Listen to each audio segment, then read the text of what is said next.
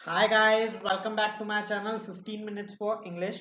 आज हम class 12th का चैप्टर डीप वाटर के इंपॉर्टेंट क्वेश्चंस पढ़ने वाले हैं। चलिए स्टार्ट करते हैं। उसमें मोस्ट इंपॉर्टेंट क्वेश्चंस होंगे, प्रीवियस ईयर क्वेश्चंस होंगे एंड मोस्ट आस्क्ड क्वेश्चंस, यानी फ्रीक्वेंटली जो पूछे जाते हैं वो हो सकते हैं। चलिए, अगर गाइस किसी ने पहले डीप वाटर चैप्टर नहीं देखा है तो ऊपर कार्ड्स में क्लिक करके आप वो चैप्टर देख लीजिए, क्योंकि उसके बाद अगर क्वेश्चन आंसर्स पढ़ेंगे तो चैप्टर कंप्लीट हो जाएगा। चलिए, first, how did Douglas introduce or introduction to the YMCA pool revive his childhood fear of water? यानी जब भी इंट्रोडक्शन हुआ है YMCA पूल का, उससे डगलस का जो चाइल्डहुड फियर है वो कैसे वापस आया, देखते हैं। Douglas introduction to the YMCA pool revived his childhood fear of water, as जो चाइल्डहुड में फियर था उसका वाटर का वो वापस है। When he had not yet learned swimming, he was thrown into the pool's deep end by a bully। यानी जब उसने स्विमिंग नहीं सीखी थी तो एक बच्चा था जो बुली कर रहा था उसको, यानी परेशान कर रहा था, सिर्फ मस्ती कर रहा था उसके साथ। उसने क्या करा था, डगलस को डीप एंड में पूल के फेंक दिया था। And sank to the bottom despite his best efforts, और वो वहां पे डूब जाता उसमें। उसने फिर भी बहुत सारा ट्राई किया था बचने का, लेकिन फिर भी उसके बाद वो डूब जाता। Second, all we have to fear is fear itself. When did Douglas learn this lesson? यानी आपको सिर्फ डर से ही डरना चाहिए और किसी चीज से नहीं, ऐसा बोला गया है।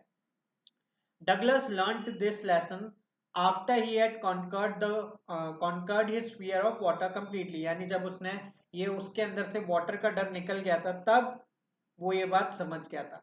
ही वेंट टू लेक वेंटवर्थ, वो जो लेक वेंटवर्थ है वहां पे गया था Douglas. Dived into the yam lake and swam across to the other shore and back. यानी वो वहां पे वेंटवर्थ पे गए थे एंड वहां लेक में कूद गए थे और वहां पूरी लेक कंप्लीट करके, इतनी स्विमिंग करके वापस आए। He shouted with joy at finally having conquered his fear. वो करने के बाद गाइस उसने क्या करा था, उसको लगा था मेरे अंदर से फियर निकल गया है स्विमिंग का, और वहां पे वो चिल्ला रहा था। Which factors lead Douglas to decide in favor of YMCA pool? यानी स्विमिंग के लिए उसने YMCA पूल क्यों चूज किया था वो देखते हैं। According to Douglas, the Yakima River was quite deep। जो याकिमा रिवर थी वो काफी डीप थी। And there were several cases of drowning reported there। मतलब डूबने के कई सारे केस पहले ही आ चुके थे। His mother told him that the YMCA pool was only 2 or 3 feet deep at the shallow end। YMCA pool में दो एंड थे, shallow end and deep end। तो shallow end से वो सिर्फ 2 या 3 feet ही डीप था। Through its depth was about 9 feet at the deeper end, yet the drop was gradual। तो यहाँ पे जो ड्रॉप है वो ग्रेजुअल है, यानी पहले 2-3 फीट है, फिर धीरे धीरे धीरे बढ़ता है 9 फीट तक। तो इसलिए YMCA पूल उसने डिसाइड किया था, फेवर में था कि मैं यहाँ पे स्विमिंग सीखूंगा। How did Douglas finally get rid of the fear he had of water? किस तरीके से डगलस को फाइनली रिड, यानी वो छुटकारा पा लेता है किससे, फियर ऑफ वाटर से। After the instructor had train Douglas in the art of swimming, instructor जब सिखा चुका था डगलस को swimming, Douglas felt parts of a fear now and then. पर जब भी कभी कभार उसके अंदर थोड़ा थोड़ा सा डर आता था पानी को देख के, बहुत सारे पानी को देख के। So he went to lake Wentworth, तो वो कहाँ जाते हैं, लेक वेंटवर्थ जाते हैं।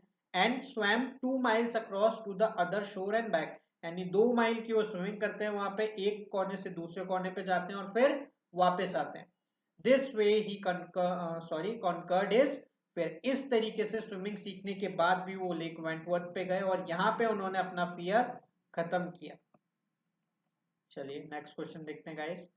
How did William Douglas aversion of water begin? मतलब उनका जो डर था वाटर का वो कब स्टार्ट हुआ था? ये क्वेश्चन 2011 में भी आया था गाइस, 13 में भी आया था, इंपॉर्टेंट है। Once, Douglas' father took him to a beach in California where he was knocked down by strong waves। यानी वो अपने फादर के साथ एक बीच पे गए थे, तो एक नॉक आई थी, उनको नॉक डाउन यानी गिरा दिया था और उनके ऊपर से पूरा पानी चला गया था। तो वो वहां पे ब्रेथलेस हो गए थे। ये फर्स्ट टाइम था जब उन्हें पानी से डर लगा था। Secondly, a boy tossed Douglas into the deep and of the YMCA pool. ये मिस एडवेंचर है। क्वेश्चन ऐसे भी बन सकता है गाइस कि क्या मिस एडवेंचर हुआ था वाईएमसीए पूल पे, तो आपको ये लिखना है। He tried hard to come out of it but fell unconscious after some time. वो उसने बहुत ट्राई करा था पूल से बाहर आने का, बट थोड़ी देर बाद अनकॉन्शियस हो गया था. तो क्वेश्चन कैसे भी बन सकता है, मिस एडवेंचर के नाम से भी बन सकता है और डायरेक्ट भी पूछ सकते हैं.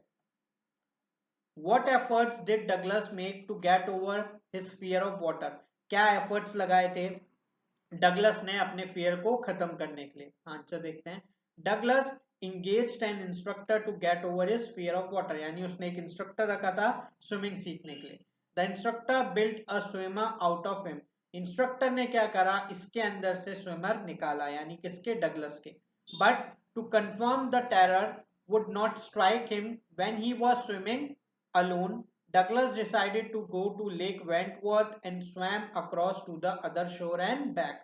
मैंने आपको यही बताया कि कंफर्म करने के लिए कि उनके अंदर अब डर नहीं है, उनको जो थोड़े थोड़े वापस डर की फीलिंग आती थी, वो अकेले स्विमिंग करने गए, लेक वेंटवर्थ गए और वहां पे एक कोने से दूसरे कोने तक स्विम करा और वापस आए.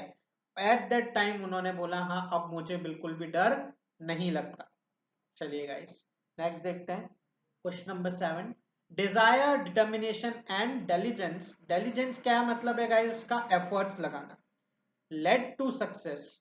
Explain the value of these qualities in the light of Douglas experience in deep water. Guys important question है, बहुत important question है, वैल्यू बेस्ड भी है कि डिजायर, डिटर्मिनेशन और डेलिजेंस किस तरीके से आपको सक्सेस की तरफ लेके जाते हैं. Answer. The terror of water followed Douglas everywhere he went. जो डर था वाटर का वो उसको हर जगह फॉलो कर रहा था. To get rid of it he made a strong determination. यहाँ पे डगलस ने डिटर्मिनेशन बना दी थी कि मैं ये फियर को खत्म करके रहूंगा. He decided to overcome his fear through his will power. उसने अपनी विल पावर के थ्रू ये करने की सोची. He engaged an instructor. उन्होंने एक इंस्ट्रक्टर रखा who would perfect him in swimming, जो उनको स्विमिंग सिखाएंगे. The instructor first helped in him many exercises beside teaching him how to exhale and inhale in water. जो वहां पे इंस्ट्रक्टर था उन्होंने उनको एक्सेल और इनहेल करना सिखाया और काफी सारी एक्सरसाइज सिखाई, जैसे how to kick in water, ये सब चीजें. The practice went on for months together. Months तक ये प्रैक्टिस चली. During which his fear came back to haunt him. इसके बाद भी उसको कभी कभार डगलस को ये डर लगता था जब वो अकेले स्विमिंग करता था.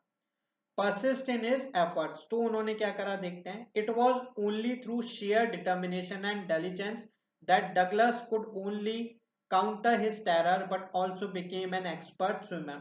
ये उनका डिटर्मिनेशन ही था और डेलिजेंस ही था जिस तरीके से उसकी वजह से उन्होंने ये टेरर को खत्म किया. गाइस आपको थोड़ी सी लैंग्वेज हार्ड लगेगी, लेकिन मैंने क्या करा है देखिए, आप कुछ वर्ड्स का यूज करा है जो क्वेश्चन में ही है, तो आप उनका वर्ड्स को वहां से यूज कर सकते हैं. एंड कुछ इंपॉर्टेंट वर्ड्स होते हैं हर चैप्टर में जो मैंने आपको बता रखा है पढ़ते वक्त, वो आपको यूज करना है. तो ये आंसर है, आप इसको नोट कर सकते हैं, इसको समझ सकते हैं अच्छे से, फिर अनदर क्वेश्चन में भी यूज कर सकते हैं. चलिए. He swam across and back large distances to ensure that his fear of water did not return. तो हमें पता था उन्होंने 2 माइल यानी एक शोर से एक कोने तक, एक शोर तक गए, देन बैक आए, उन्होंने इतना लंबा डिस्टेंस ट्रेवल किया था. Hence, desire, determination and diligence यानी effort succeeded in removing his fear of water. यानी आपको ये लाइन देखिए बार बार यूज करनी है, तो इन वर्ड्स का मीनिंग पता होना चाहिए. डिजायर है, डिटर्मिनेशन है, डेलिजेंस है, उसकी वजह से उन्होंने वो सक्सेसफुली रिमूव कर दिया फियर ऑफ वाटर. चलिए. Describe the efforts made by Douglas to save himself from drowning in the YMCA swimming pool. Most important question बोल सकता हूँ गाइस का, मेरे टाइम पे भी ये क्वेश्चन आया था, 2008 में आया था, 2011 में आया था, 12 में आया था. बहुत इंपॉर्टेंट क्वेश्चन है. चलिए. व्हेन इज फीट यानी सॉरी, क्वेश्चन में पूछा क्या है, डगलस जब YMCA पूल में उसको गिरा दिया था, धक्का दे दिया था, उसको फेंक दिया था, तब उन्होंने क्या क्या किया था अपने आप को बचाने के लिए, देखते हैं. चलिए. When his feet hit the bottom of the pool, Douglas summoned up all his strength and made a great spring towards, thinking he would bob to the surface like a cork. यानी ऐसा बोला गया है, simple language में समझा देता हूँ. जैसे ही उनका जो फीट है, जो पैर है, वो पूल के बॉटम पे टच होता है, तो वो ऐसे जंप लेने की कोशिश करते हैं कि वो ऊपर तक आ जाएंगे, लेकिन ऐसा होता नहीं है. He went to the bottom end and he was frightened but not out of his wits. मैंने बताया आपको वो बॉटम एंड पे चले गए थे, काफी डर गए थे, लेकिन अभी भी विट्स का मतलब क्या है, अपने होशो आवाज में है। He decided to make a big jump from the bottom but nothing happened। मैंने इस आंसर को बहुत सिंपल तरीके से लिखा है और ये इंपॉर्टेंट है, आपको इसको समझना चाहिए। तो उन्होंने एक जंप लेने की कोशिश करी लेकिन हुआ नहीं ऐसा। He grew panicky and suffocated। वो यहाँ पे suffocated हो रहे हैं, पैनिक कर रहे हैं कि अब क्या होगा। He tried to cry but no sound came out। वो रोने की कोशिश करते हैं लेकिन कोई साउंड बाहर नहीं आता। He lost his breath and went down endlessly। उसके जो ब्रेथ है वो खत्म हो रही है, यानी वो सांस नहीं ले पा रहे हैं अब ढंग से और वो नीचे जाते जा रहे हैं। He was paralysed under water. अब उनके हाथ पैर हिलना बंद हो रहे हैं, पैरालाइज्ड हो रहे हैं। He jumped with all his force but his arms couldn't move. वो पूरे फोर्स लगा के जंप करने की कोशिश करते हैं पर उनके आर्म्स नहीं हिल रहे हैं। He cried for help but nothing happened. वो क्राई रोने की कोशिश कर रहे हैं पर कुछ नहीं हो रहा। Then all his efforts ended and he felt drowsy. Then धीरे धीरे उनके सारे एफर्ट्स खत्म हो गए और वो बेहोश होने लगे।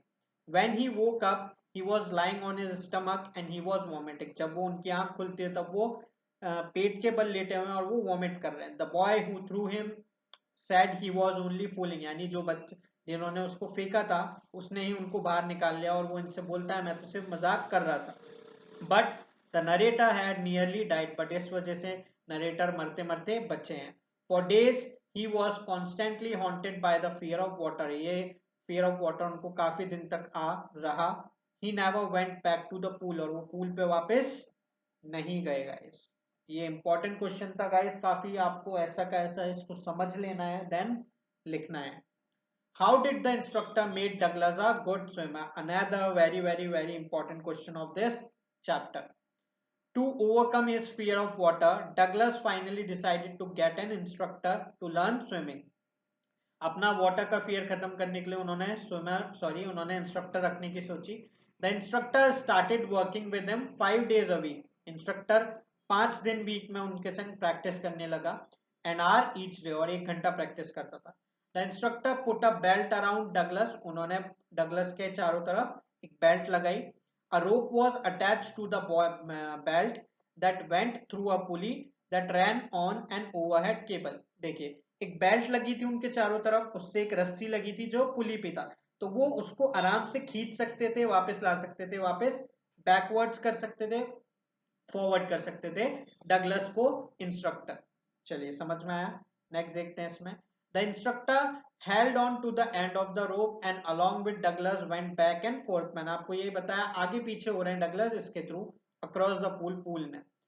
hour after hour, day after day, week and after week, on each trip across the pool, a bit of panic seized Douglas। यानी धीरे धीरे क्या हो रहा है गाइस, उनका जो पैनिक है, उनका जो डर है, वो धीरे धीरे खत्म हो रहा है। और ये प्रैक्टिस आवर्स बाय आवर्स यानी घंटे घंटे चलती रही, डेज डेज चलती रही, वीक एंड वीक चलती रही। It took almost 3 months before the tension reduces।